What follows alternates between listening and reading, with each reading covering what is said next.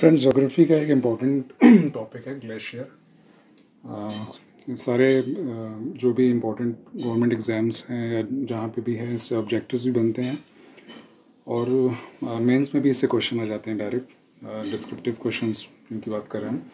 तो हम सबसे पहले देख लेंगे ग्लेशियर्स हैं क्या, किसको ग्लेशियर बोलते हैं, इनके टाइप क्या होते हैं, और फिर ग्लेशियर्स जो टूटते गिरते बनते हैं मूव करते हैं उसकी वजह से इसमें कौन से लैंड फॉर्म्स बनते हैं।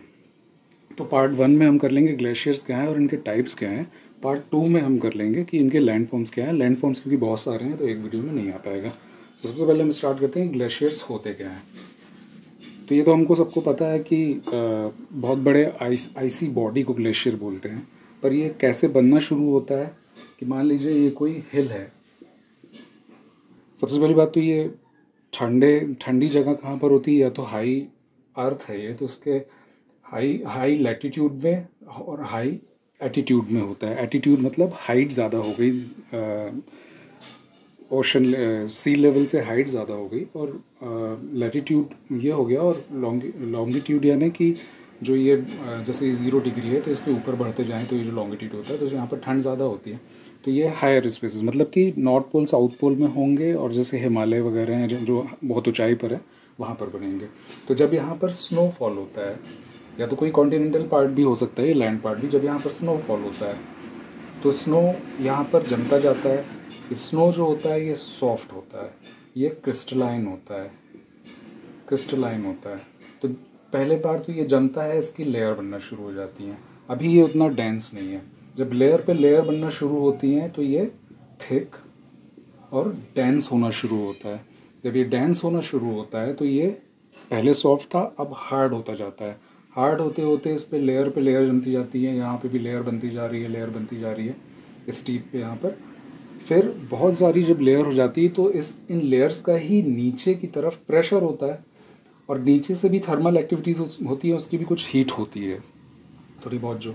तो नीचे की तरफ जो लैंड से लगा हुआ उसका पोर्शन होता है वो मेल्ट होना शुरू होता है, और उसके मेल्ट होने से जो ऊपर जो ग्लेशियर इतना हैवी बन गया ये मूव होना शुरू करता है। और नीचे जो मेल्ट हो रहा है तो ऑब्वियसली आइस मेल्ट होगा तो वाटर होगा। तो ऐसी मूविंग बॉडी जो कि ऑब्वियसली माउंट पे है तो वो नीचे की तरफ स्लोपवर्ड मूव करेगी। तो ऐसी मूविंग बॉडी जिसमें थोड़ा बहुत वाटर हो, जो कि आइस के एक्यूमुलेट होने से बना, थोड़ा बहुत वाटर हो और जो स्लोली मूव करे, इसको ग्लेशियर बोलते हैं, राइट। तो ये हो गया हमारे ग्लेशियर की ग्लेशियर होते क्या हैं और ये कैसे बनते हैं। अब हम ये देख लेते हैं कि ग्लेशियर के टाइप क्या होते हैं। ग्लेशियर के टाइप बहुत इजी हैं। ग्लेशियर में सबसे पहला टाइप जैसे हम देख लेते हैं कि एल्पाइन ग्लेशियर क्या होता है। एल्पाइन का अगर इंग्लिश मीनिंग हम देखें तो उसका सीधा सीधा मतलब होता है जो चीज़ माउंट से रिलेटेड हो। समझ रहे हैं आप। तो जो चीज़ माउंट से रिलेटेड है, यानी जो ग्लेशियर्स हाई माउंटेन पीक्स पे बनेंगे, स्टीप उस पे बनेंगे, इनको एल्पाइन माउंटेन बोल देंगे। ठीक है। ये ऑब्वियसली एक दिन में या एक साल में या 2 साल में ग्लेशियर नहीं बन जाते। ये बहुत लंबी जोग्राफिकल पीरियड की प्रोसेस होती है। कई सौ साल तक ये जो ग्लेशियर्स होते हैं अपनी जगह पिघलते नहीं हैं, तभी ये इतने बड़ी आइसी बॉडी और इतने डेंस हुए होते हैं। तो ये एक दिन की प्रोसेस नहीं होती।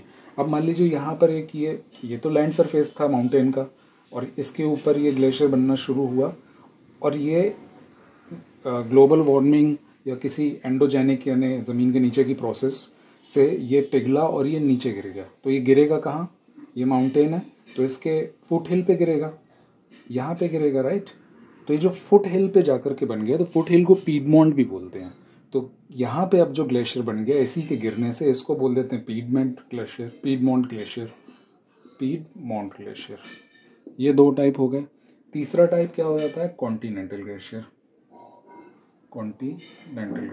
जैसा कि नाम से ही समझ में आ रहा है कि बड़े लैंड पार्ट पे अगर स्नो इकट्ठा होते जाए और उसकी शीट थिक होती जाए तो इसको कॉन्टिनेंटल ग्लेशियर बोल देंगे।